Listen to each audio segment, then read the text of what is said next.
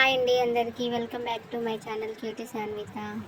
చేపల పులుసు నా స్టైల్లో ఎలా వండుతారనే చూపిస్తున్నాను. నేను 1.5 kg చేపలను తీసుకున్నాను, బంగారు తీగవి. ఇందులో అయితే ముళ్ళులు ఎక్కువగా ఉండవంట, కొంచెం పెద్ద ముళ్ళు మాత్రమే ఉంటుంది. పిల్లలకైతే ఈజీగా ఉంటుంది తినడం.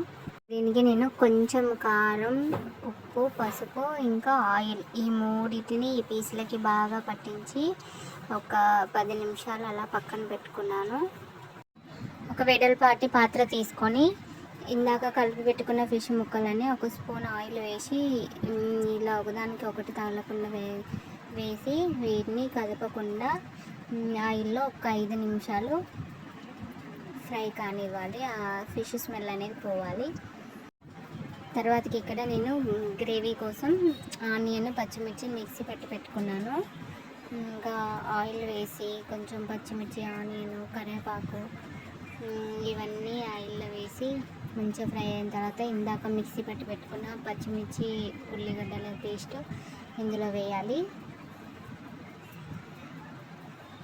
ఇంకా ఇదే ఆయిల్లో మంచిగా కుక్ అవ్వనివ్వాలి ఈ పేస్ట్ని. ఇలా మంచిగా ఆయిల్లో ఫ్రై అయిన తర్వాతకి ఒక టమాటా సన్నగా కట్ చేసి పెట్టుకోవాలి. ఈ టమాటాని కూడా యాడ్ చేయాలి. దాన్ని ఆయిల్లో కొద్దిగా మగ్గనివ్వాలి. ఇంక ఇవన్నీ ఆయిల్లో మగ్గిన తర్వాతకి కొంచెం పసుపు యాడ్ చేశాను. ఇంకా 2 స్పూన్లు అల్లం వెల్లుల్లి పేస్ట్ కూడా వేసాను. ఇంక ఇవన్నీ బాగా ఆయిల్లో ఫ్రై అయిన తర్వాతకి ఇప్పుడు కారం ఆల్రెడీ ఫిష్ ముక్కలో కూడా వేసుకున్నాం కదా, చూసుకొని వేసుకోవాలి. ఇక్కడ ఇంకా కారం, సాల్ట్, ఇంకా ధనియాల పొడి ఇవన్నీ వేసి బాగా ఆయిల్లో వేగనివ్వాలి. ఇంకా మంచిగా వేగినాయి అనుకున్న తర్వాతకి చింతపండు రసం వేయాలి. ఇందులో ఇది పులుపు చెక్ చేసుకొని తగినన్ని వాటర్ యాడ్ చేయాలి. అంటే కొందరు బాగా పుల్లగా తింటారు కదా, మేమైతే మీడియం అండి. అందుకని నేను ఒక బౌల్ చింతపండు రసానికి ఒక 2 వాటర్ 2 బౌల్స్ అయితే వేసాను.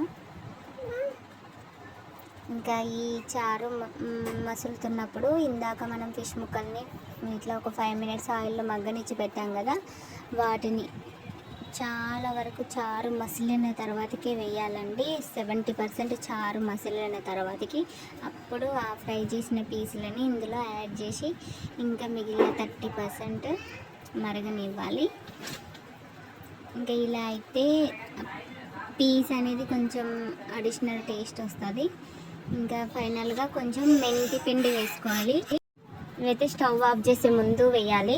తర్వాతకి ఇంకా కొత్తిమీర చల్లేసి స్టవ్ ఆఫ్ చేయాలండి.